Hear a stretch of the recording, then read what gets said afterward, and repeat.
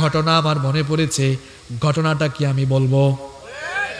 শোনেন, একটা সুন্দর হাদিস আপনাদেরকে শোনাই। একজন জিনাকারিনী মহিলা জিনা করে ফেলেছে। এই মহিলা অনুতপ্ত হয়েছে।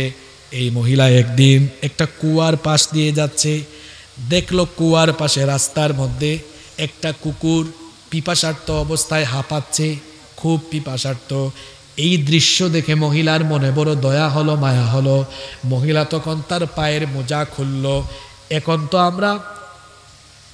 তো আমরা সুতার তৈরি মোজা পরিধান করি, কিন্তু ওই যুগে মানুষেরা চামড়ার তৈরি মোজা পরিধান করত। মহিলা তার পায়ের মোজা খুলে কুয়া থেকে পানি উঠালো।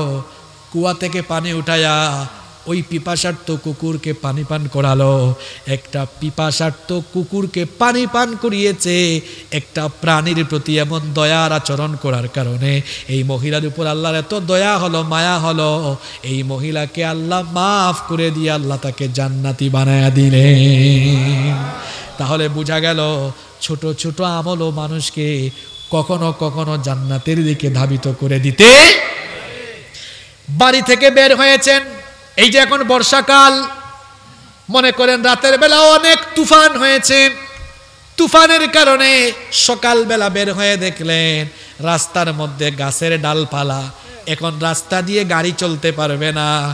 আপনি এখন মানুষের যেন কষ্ট না হয়, কষ্ট লাঘব করার জন্য ওই গাছের ডালপালাগুলো রাস্তা থেকে সরাইয়া দিলেন।